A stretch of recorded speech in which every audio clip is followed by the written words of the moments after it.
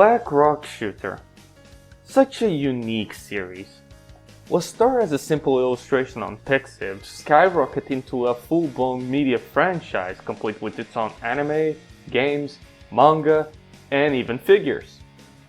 It's a franchise that I love and cherish with all my heart, and one that you sadly don't see talked about much nowadays. Well, until now.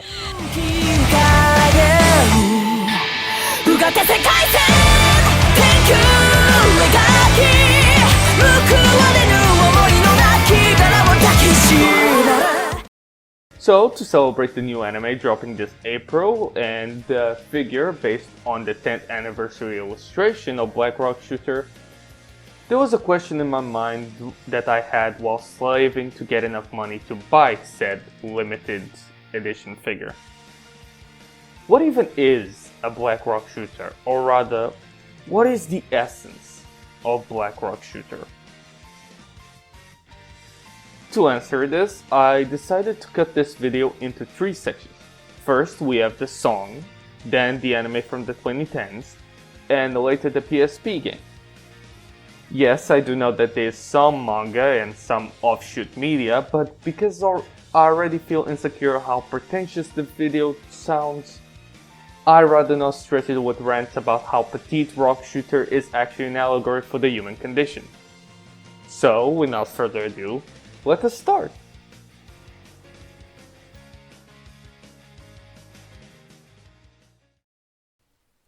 Starting with the first piece of Black Rock Shooter media and the simplest to understand, we have the music video, which was made as a collaborative effort between Uke and Ryo from Supercell fame after the latter was inspired by the illustrations and reached out for collaboration.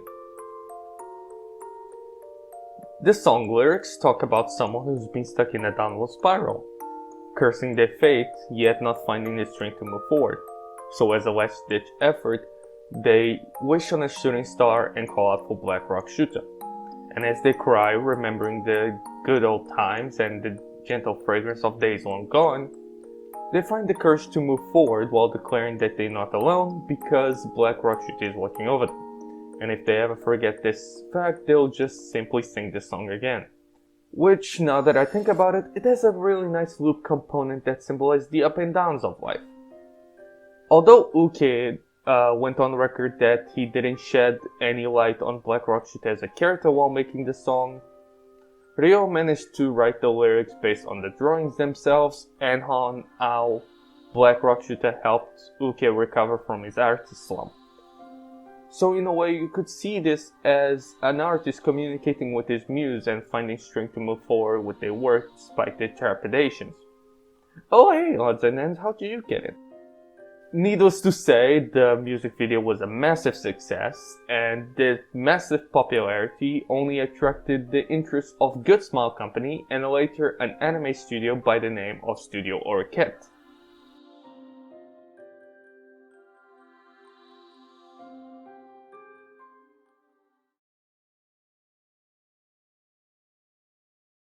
Black Rock Shooter, the animation, can be best described as an action-packed teen melodrama with a side of fever dream, where the only things you'll remember after a few weeks of watching it are either gonna be the fight scenes and visuals, the plot that goes from 0 to 100 really fast, or if you're like me, a crippled girl falling down the stairs.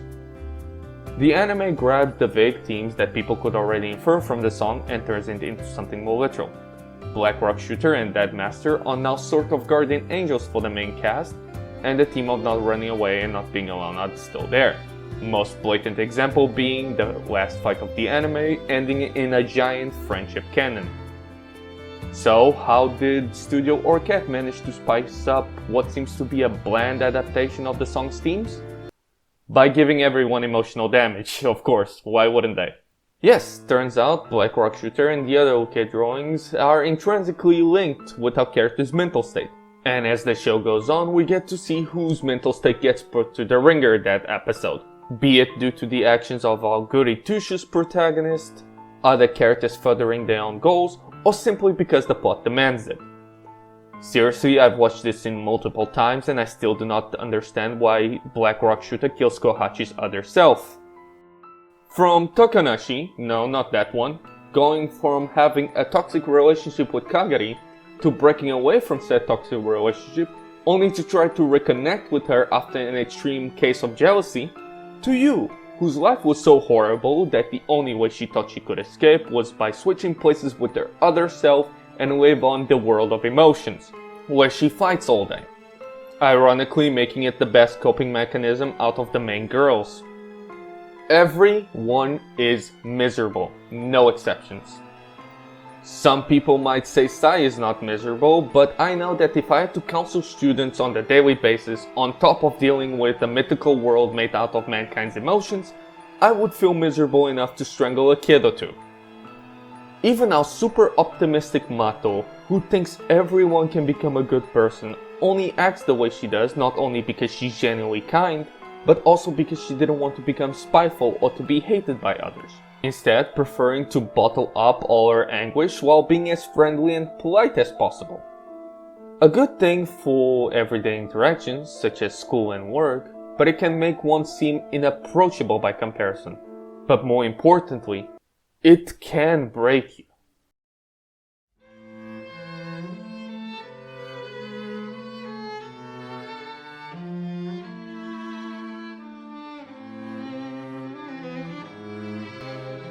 笑顔のオレンジ、風邪ひきのピンク、涙の青、どんどん色が混じり合って翼の色は濁っていって、やがて翼は黒になって落ちる小鳥鳥、落ちてどこまでも落ちて小鳥鳥は死んでしまいました。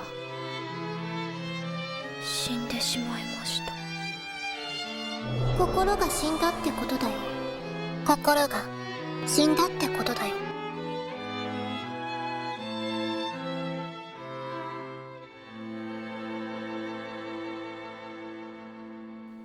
It's during Mato's fight with Strength and later on Insane Black Rock Shooter where this selfless mindset is put to the test.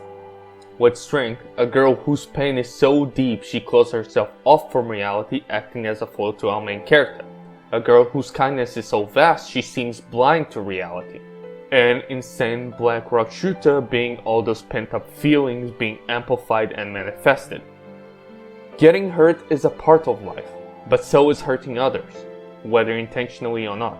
And the only thing that can stop these pent up feelings from consuming you is by having friends you can rely on to help you instead of bottling it up inside of you.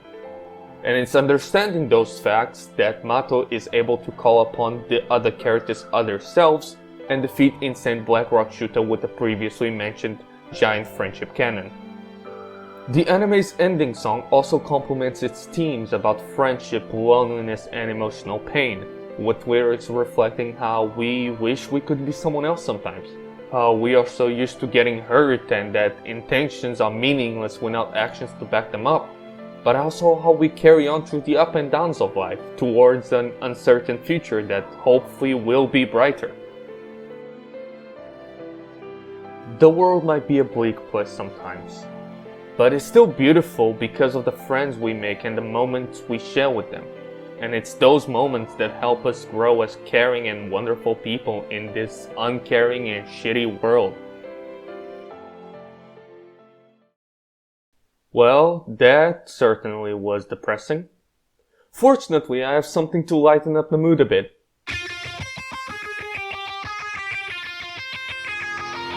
Give him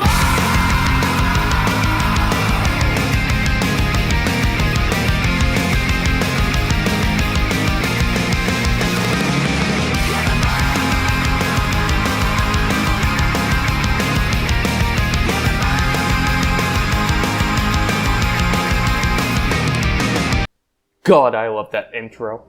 Black Rock Shooter the game was created by Image Epoch, creators of such beloved PSP classics such as the Fate Extra series and Seventh Dragon. It takes place in a post-apocalyptic future of our year 2032 where humanity has been attacked by aliens. And knowing how the last 2 years have played out, I'd say an alien invasion isn't that far-fetched. The game starts us right off in the middle of the action, with the last humans on Earth currently attempting to awaken humanity's ultimate weapon in a chance to turn the tides of the war. With hope running low and tensions running high, our heroine takes center stage the only way she knows how. By ripping a truck with her bare hands, getting her shit and killing everything on sight. God, I love this game. And that's as far as I can talk about the story without spoiling it. Not just because I believe it's an underrated game that everyone should play, but also because a lot of its setting carries over to the newest anime Dawnfall, which I will review after this video. As for its themes, well, the main story deals with an amnesiac Black Rock shooter now named Stella in a plot that I can best describe as Robot learns how to be human. With the army dudes being a nice found family, as short as they last, and the villains complementing Black Rock Shooter's character development with their own colorful personalities. Case in point, we have Mazuma and Lilio. Mazuma is this movie-obsessed chuny and he's the second boss you fight in the game. While he's still intimidating, he's a lot more laid back compared to the most characters in the game who are more stoic and uptight in nature, or just extremely fucking annoying. When you meet him, he just sounds so bored. He doesn't care that you killed his comrade, he's just like, hey, my boss told me to kill you and your friend. By the way, have you heard of the hit movie Big Snipe? And I fucking love it for it. Dude is just so blasé, it's actually entertaining. Lilio, by contrast, is this hopeless lover boy that you find much later in the game when Stella is a lot more human. He's on a quest for revenge ever since you killed me, the first boss in the game, and having him seemingly kill off the one person that Black Rock Shooter has formed a connection with since the Moscow incident, as a payback for killing his crush is a testament to show how much Black Rock Shooter has grown as a character up to that point. Because now she has something more to lose. Plus, it gives more depth to the apostles besides them just being colorful bad guys. Which, I mean, they still are. One of them is literally a fucking horse. There are also the cases of Nana Grey and White Rock Shooter. And while Nana Grey gets some characterization in the game itself, with her being jealous of Black Rock Shooter due to her creator seeing her as the favorite child, and years upon years of isolation just warping her mind into trusting no one, everything surrounding White Rock Shooter is given a lot more prominence in the manga rather than the game itself. In terms of music, I didn't find anything significant. Maybe the opening theme sung by One OK Rock is meant to symbolize something about the Earth Defense Force currently fighting for their survival, but that's just speculation on my part. As for the soundtrack itself, I'd say it's very whimsical and very alien, which is, you know, fitting for a game like this. So there we have it. 3 pieces of Black Rock Shooter media, 3 different messages we can interpret. But what does that leave us? What is the essence of Black Rock Shooter? That was the hardest thing I had to figure out while making this video. At first I thought it was easy, but then the more I started writing, the more doubts started to set in. I started thinking to myself if I was overanalyzing things, or if I missed something. If I was actually becoming an AnyTuber with the amount of assholes and bad jokes I was using. And it was in the spirit of self-doubt that I understood that the essence of Black Rock Shooter was about being lost and getting back on your feet again. Stories involving Black Rock Shooter always have to do with the characters being lost or unsure of what they're doing, only for them to find the strength to persevere. Just like how Uke's perseverance and experimenting with art styles led him to the creation of Black Rock Shooter, getting him out of his artist slump and in turn creating the franchise that we know today. Black Rock Shooter herself is not so much a character as she's an entity that carries that notion, be it in the form of a muse, an alter ego, or humanity's strongest weapon. In other words, she's the product of creativity born to human perseverance. So if you're gonna take away from this video besides my pretentious and schizophrenic ramblings, let it be this. Whether you're remembering days long gone, struggling with friends through the present, or fighting for a better future, if you're ever stuck in life, I hope you can call upon your own Black Rock Shooter.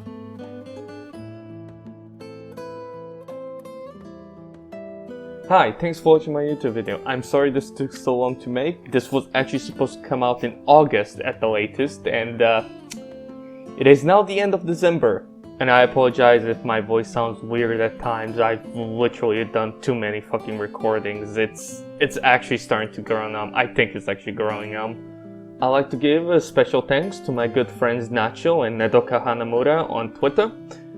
It's actually thanks to Nacho that this video came out as good as it did. The original script was supposed to be a lot more pathetic, especially at the end. Since this is my first YouTube video and I have nothing to shill for, here's some content creators I enjoy and I think you'd enjoy too. That said, I hope you have a good Christmas, a Merry New Year, and I'll see you all in 2023. Now if you excuse me, I have a bottle of vodka with my name on it.